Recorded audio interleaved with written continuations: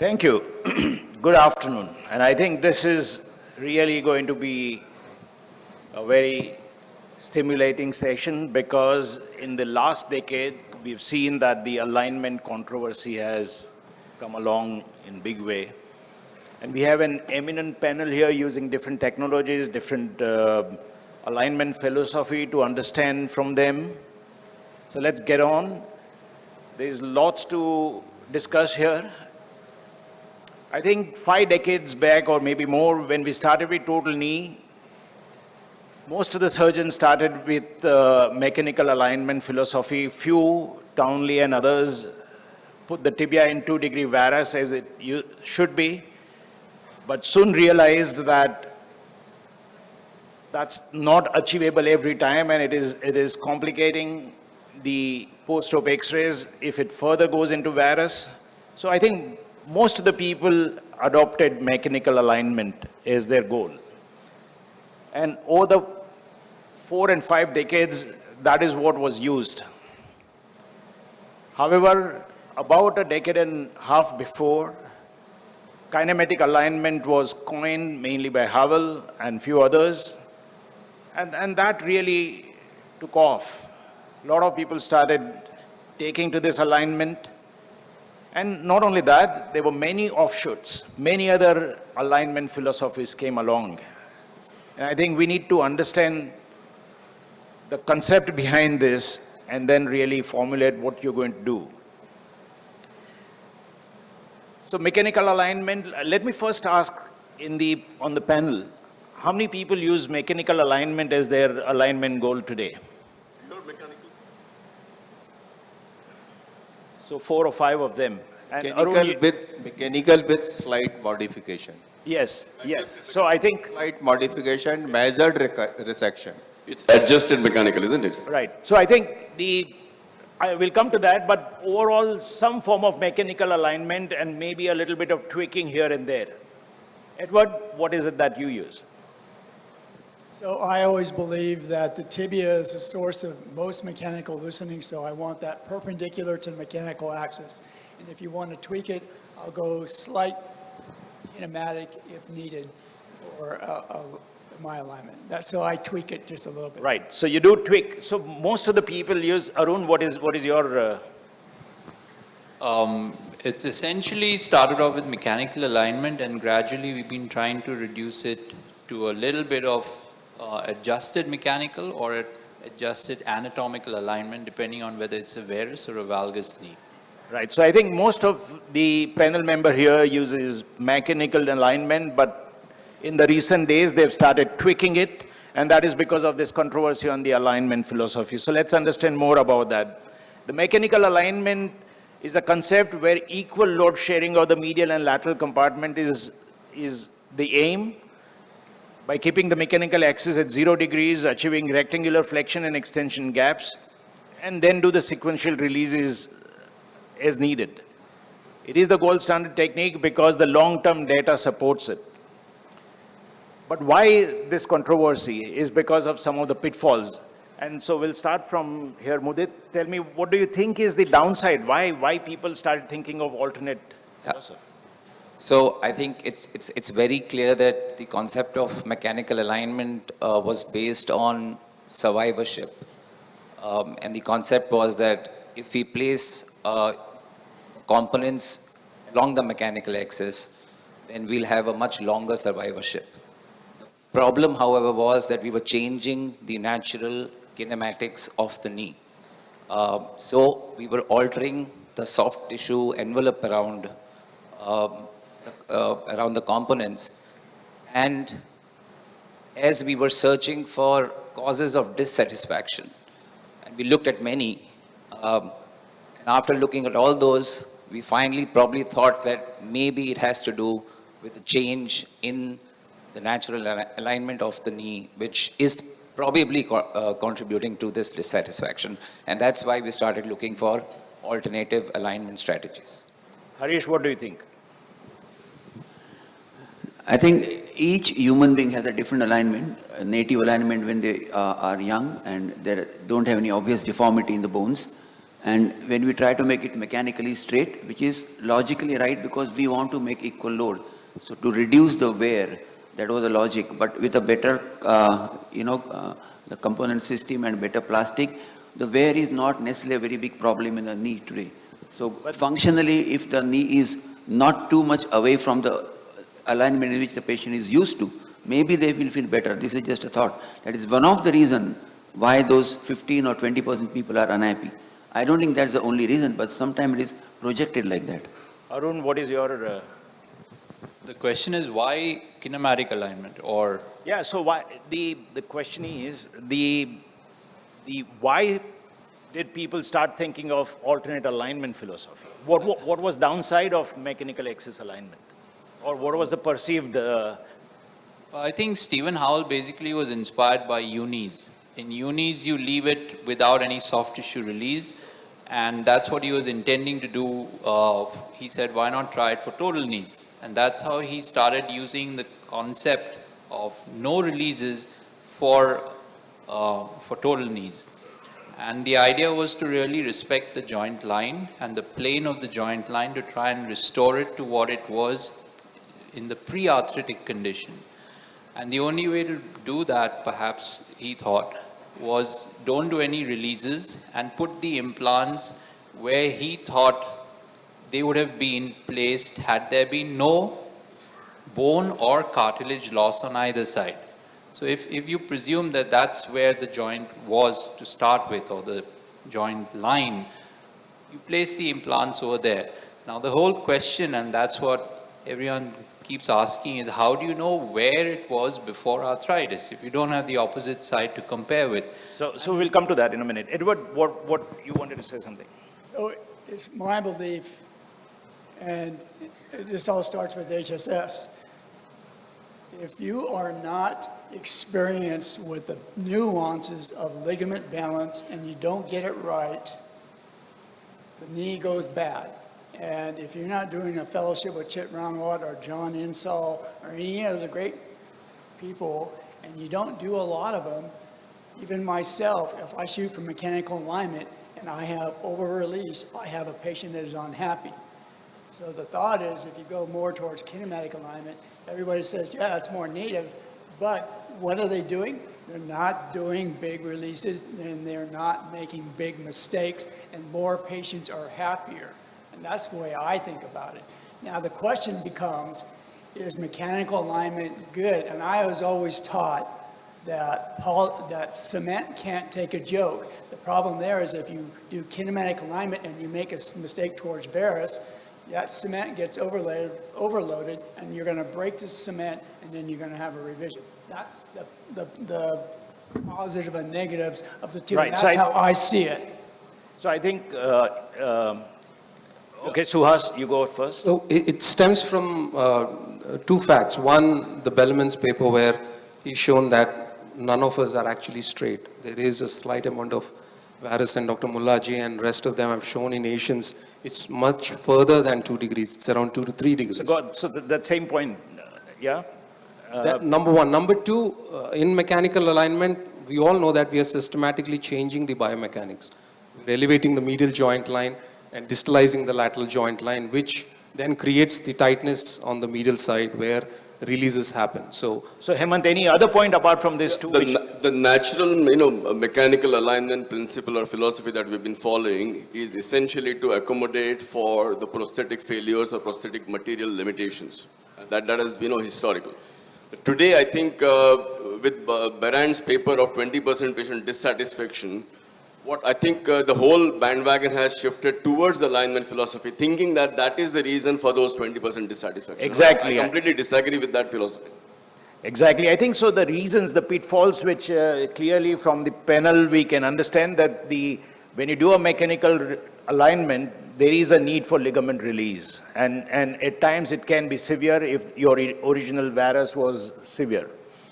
Also, that normal human constitutional alignment is not always 0 degrees. And a lot of people have shown that. Bellman was one of the first.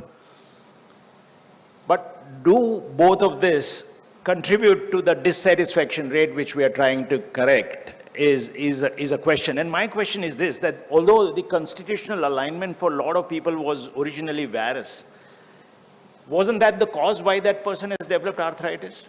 Why do you want to go back to the alignment which has caused... I think enough longitudinal studies have not been done to validate the fact that more amount of native varus actually ends up causing more arthritis. Also, the second question to me is that that varus was designed to work with two cruciate ligaments and a lot of good ligaments, and also with a cartilage which was healing itself over the time. If there was a damage to that, the body was healing, that there was some regeneration that was occurring. Whereas we are trying to replace it with a mechanical implant which has medial and lateral similar design, and maybe a mechanical alignment is the way to go. But I think that is the reason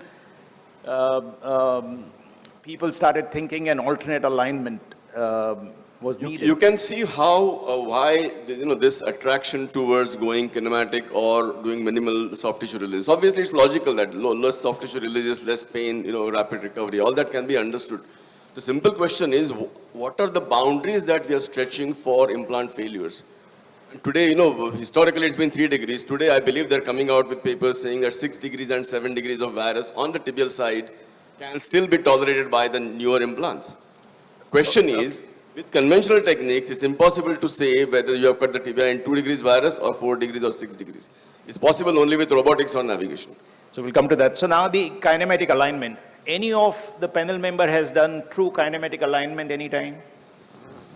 Yes, Suhas. So We've done a feasibility study of all alignment strategies, and our experience has been when you put a pure kinematic start point and then when you capture gaps, more often than not, most of the gaps are unbalanced. So in a set of 100 patients, we could only accept pure kinematic alignment in less than 10 patients. Most of them had to be moved out in favor of balancing the knees. So my sense is in our patients, pure kinematic alignment is much difficult to attain as compared to restricted or functional alignment. So the true kinematic alignment is true femoral resurfacing. You start off with the femoral resurfacing by pure bony procedures with no ligament releases. You remove exact amount of bone that you're going to replace on both medial and the lateral, both distally on the femur and posteriorly, using a caliper.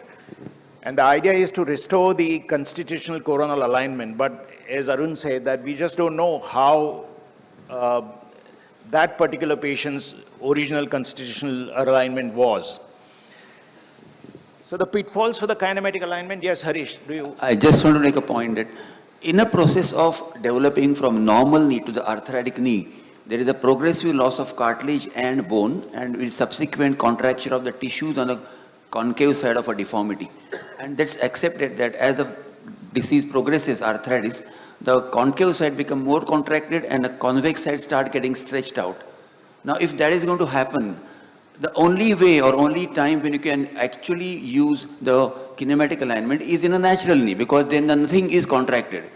If you want to use the same kinematic alignment in an arthritic knee of X, Y, Z percentage, then as the arthritis become more advanced, you may have put implant in a kinematic alignment, but you still have some ligament which are unequal. That's what he has just mentioned, that 90% you have to keep on tweaking after accepting initial kinematic. Unless it's So kinematic is not something which is going to work unless you do it in a very minimally damaged knee. So I think we have a panel here who's probably not very happy with the pure kinematic alignment. But yes, like the mechanical alignment, the kinematic alignment had pitfalls. It's sort of a vague concept, at least initially to begin with.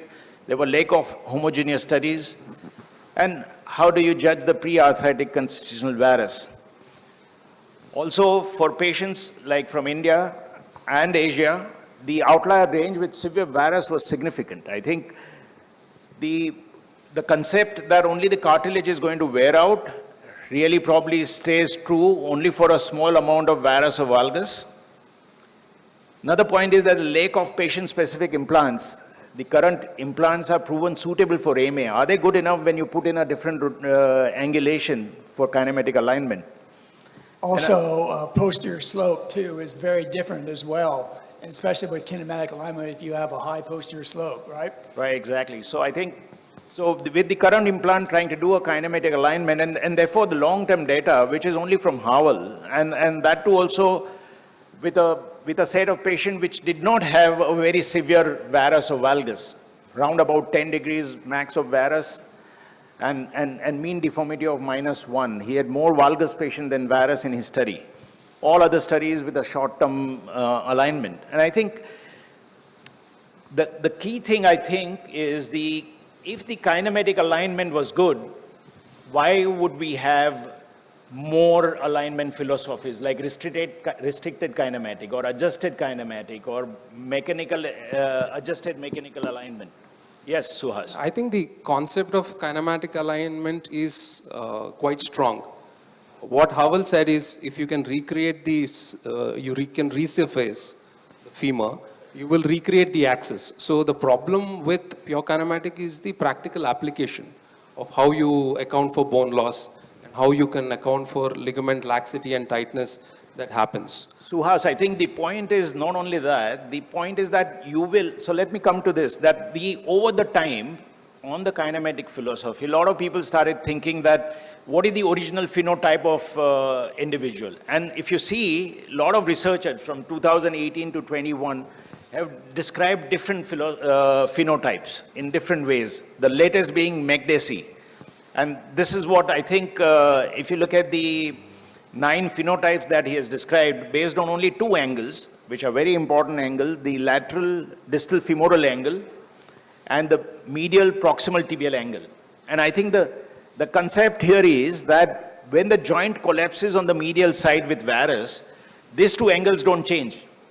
And if you recreate those angles, you're going to get patients' original constitutional alignment back. Yeah. Provided there is no bone loss. So that is exactly what I'm saying, that the next step after the collapse of the joint is there's going to be a bone loss. And not only bone loss, does panel believe that there's going to be some remodeling of the bone as well? This is a In just one plane alignment, that's a coronal. What about sagittal? You could have another similarly S-pack classification. And then where do we stop? It's very difficult to judge. Yeah, what a patient has. Whenever you have a tibial bone loss, it's never in the center or you don't see one point, especially if it is posteromedial. So depending on which whether point your are you going to ACL take for your MPTA? MPTA can be, construed differently. And especially for deformities that are more than, say, 15 degrees of varus, it becomes more and more difficult to apply the CPAC classification. So I think the CPAC classification, which is mainly based on those 2 angles, MPTA and LDFA defines arithmetic HKA, which is different than mechanical HKA, and the joint line obliquity. But the problem is this, that here in his study, the normal patients were from Europe, and they had the same distribution as the 500 patients who were arthritic, but this population was from Australia. However, the problem is this, that after that, a lot of people have published, including many studies from India, and the distribution is completely different. With significant varus, this is a study from Guruva Reddy's Suhas Your Center, and if you see the AHK, which is significantly higher compared to any of the other studies. So we had a discussion with Dr. McDessie on this, and the Japanese also have proven that there is a precedence that as arthritis increases, there is a chance that you actually jump a phenotype. So it is quite possible that people who started off with type 1 or neutral, as the MPTA increases, those patients get actually pushed towards type 1. Exactly. So I think that means the LDFA and MPTA is going to change. Yes. So we had more type 1s and then 4 and 2 as compared to the Caucasian populations who had more, the highest was type 2. And I think the same thing, Vaibhav Bagaria's study, he's yet to publish it, but is showing a similar distribution as yours. We have seen our CPAC classification, majority fall in type 1. 65% are CPAC type 1. Is it that people are jumping the phenotype from 2 to 1, or is it that the type 1 phenotypes are more likely to develop arthritis? It is not, because we had more type 2s to begin with, But there is progression of arthritis and patient is changing phenotype. Yeah, I think probably that is true because I think if you see here in this recent study, which has tried to look at the studies all across the world, and if you see one from India, from again Guru Reddy's center, that the non-arthritic patients had 21.1% in type 1, and that jumped to 58.8 with the arthritic knee. What it means is that the concept that the constitutional varus remains the same because of the LDFA and MPTA is maintained is probably not true. Now, I wanted to ask you this, that here are, I think we'll quickly go through this. This is the two patients with MPTA and LDFA is still in a very minimally deviated state, 86 degree and 87 degrees, and I would probably be happy to cut in line with those. But here, if you have MPTA, which is 7 degree on one side and 10 degree in varus the other side, would anyone cut the tibia into that much of a varus? So here again the bone loss has kicked in, right? So here, this is where you will let your alignment philosophy drive your surgery. If you're a restricted kinematic alignment surgeon, you will restrict it to an HK of 3. If you're a functional alignment surgeon, you will have a HK of 5. And what would you do here, where there is such severe gross disturbance? The MPTA is 12 degree varus, LDFA is in 12 degree as well. Congratulations on trying to measure those on those knees. No, I think it is. So it is always possible to measure, but it is in such a range that I don't think really this philosophy applies of maintaining that. However, what is important, and when you do a mechanical alignment, of course, this was the guided with computer navigation, you have a long-term results. And I think I'll skip this joint line, which also has another controversy, but I think we have some hybrid techniques, and I think most of us have thought that we would use some form of hybrid technique. All the panel members agreed to that, and I think we have some case presentations on them, so we'll cover those. But basically they are either you do it on the femoral side, kinematic alignment, or you start from the tibial side, or you restrict your angles with kinematic alignment to be within certain range of 5 degrees. Or most common what is used today is the functional alignment. That means with one of the technology, either navigation or robotic. Can I make one statement? Yes. If you see all these alignment philosophies and strategies, everybody say, I use kinematic or adjusted kinematic, etc., etc., etc., and I get a good balance at the end. So the bottom line of all these alignment philosophies, and I get a good balance, right, without significant release. So I think the important thing is getting a balance. Whether you get it with slight amount of varus or exactly bang neutral, wouldn't make a huge difference to the outcome of the patient. Exactly. I agree with Dr. Harish, balancing is most important, then comes alignment. So I think that is exactly, I think current probably concept is to get the functional alignment. That means your alignment may deviate from 180 degrees a little bit here and there to favor that you do less and less ligament release. Unless we actually know the pre-arthritic state, you have to default to a well-balanced knee. I think that's why a balance-driven strategy will work as long as we don't know what is the pre-arthritic status for that particular individual. Okay, so I think for those who have computer or robotic, you can make those adjustments on the screen. For the rest, I think, let me ask across the panel, Mudit, where do you, so you aim for slight varus for your patients? So again, because I am using computer navigation and robotics, I would probably be using more of functional alignment, assessing the gaps. I would have, I could go down to maybe about 2 degrees or 3 degrees of varus at the max. On the tibia, and aim at an overall HK of about 3 degrees. So whichever way I need to do lesser release to get my alignment in that. So your target is within 3 degrees, and you first try to do it on the tibial side. Harish? I think 3, 4, 5 are just the numbers. It depends on what you believe is your maximum limit. No, what you believe, you tell me what you believe. 3 to 4 degrees, because I do not know beyond And that. you adjust that on the tibial side or on the femoral side? Usually on the tibial side, because tibia anyway has a defect. So if you get it varus on the tibial side, then automatically a defect become less. Overall, it wouldn't make a big difference. Arun, what do you do? I think for the vast majority of people who do not use robots and computers, stick to mechanical alignment. For those who have robots and computers, you can tweak it a little bit so that you minimize your releases. For those who are using conventional instruments, in case you end up with a little bit of varus or valgus, then call it functional alignment. Then you'll be all okay. Suhash? We phenotype all our patients. Most of them are CPAC type 1. Then either we use a restricted kinematic alignment strategy or a functional, because both have very opposing principles. But with restricted kinematic, you're getting worse of both sides. You're getting not completely kinematic, so you still have to do the ligament release, and your components So, still don't look in a good We did a randomized control trial in bilateral knees, CPAC type 1, where we did restricted kinematic on one side and functional on the other. On the restricted side, because alignment is sacrosanct, we couldn't move much, so we had to do more release. But we maintained the CPAC phenotype.